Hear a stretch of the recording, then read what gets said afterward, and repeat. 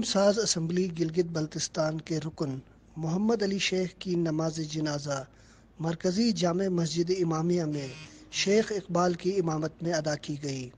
محمد علی شیخ کی نماز جنازہ میں گورنر گلگت بلتستان میر غضنفر علی خان، اسپیکر قانون ساز اسمبلی فدا محمد ناشاد، ڈپٹی اسپیکر جعفر اللہ خان، صوبائی وزراء، اراکین قانون ساز اسمبلی و گلگت بلتستان کونسل سمیت مختلف سیاسی و مذہبی جماعتوں کے رہنماؤں اور عوام کی بڑی تعداد نے شرکت کی۔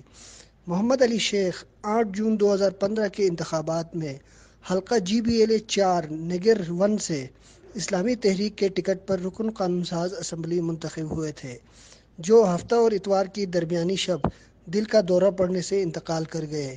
مرحوم ممتاز عالم دین و سابق ممبر ناردرن ایریاز اسمبلی کے رکن و مشیر خوراک شیخ علی حیدر مرحوم کے فرزند تھے۔